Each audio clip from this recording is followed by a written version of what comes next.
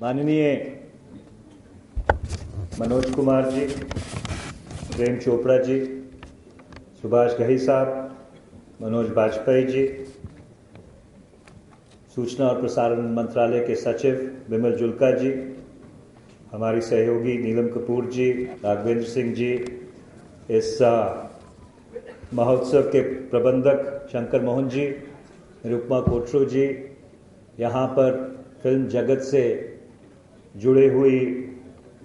जानी मानी हस्तियाँ और सम्मानित महानुभाव, भारतीय फिल्म जगत के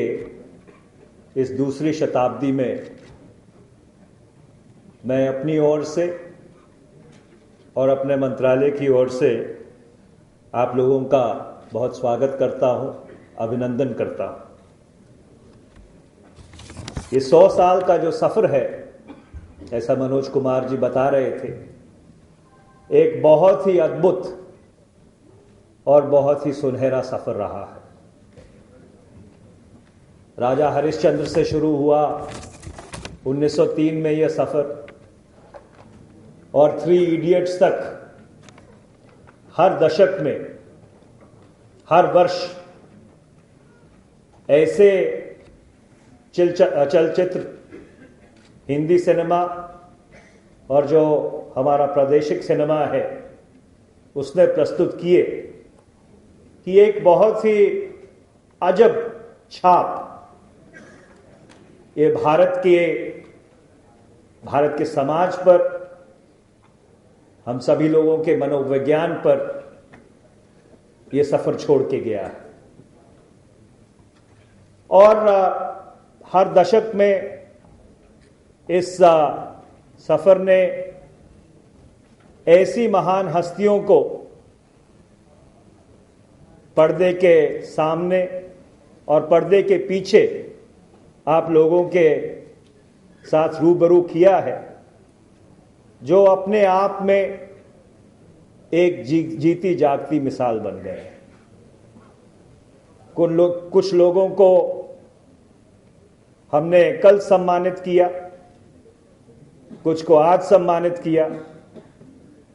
और अनेकों ऐसे लोग हैं जिनको इस देश को सम्मानित करने की जरूरत है। मनोज कुमार जी कह रहे थे कि हमें कोई ऐसा सम्मान प्रायोजित करना चाहिए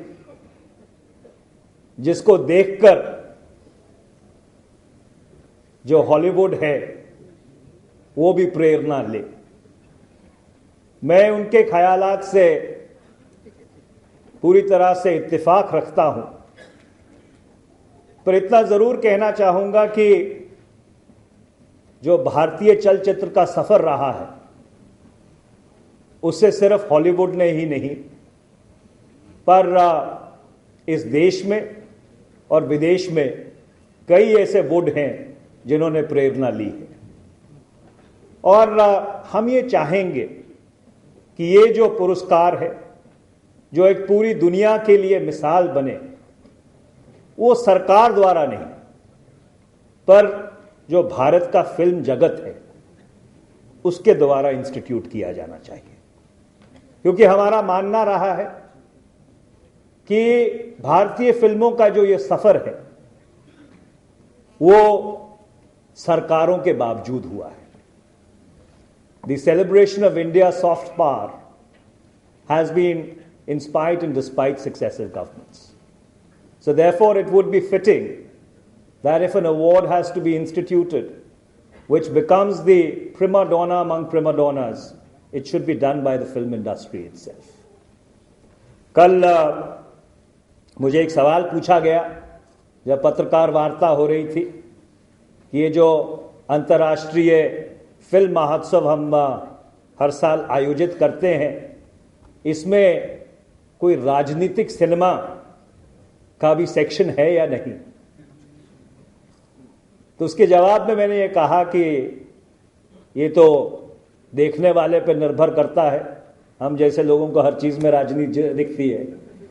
पर हाँ, सोचने के ऊपर, सोचने के बाद मैं जरूर इस महोत्सव के जो आयोजक हैं शंकर मोहन जी, उनसे यह दरखास्त करना चाहूंगा कि अगले साल एक separate section which is devoted to political cinema from around the world should also be instituted in IFFI, because politics is a part of the entire human existence. इसके साथ साथ बहुत ही खुशी की बात है कि जो हमारा पब्लिकेशंस डिवीजन है उसने भारतीय सिनेमा के सफरनामे के ऊपर एक पुस्तक सार्वजनिक की है। पर हम ये भी चाहेंगे कि एक कोई ऐसा बायोपिक बने, चाहे वो भारतीय सिनेमा बनाए और चाहे उसमें एनएफडीसी का योगदान हो, जो ये 100 साल का सफर है, encompassing both the regional and the national cinema, should be articulated, should be made, which does not only have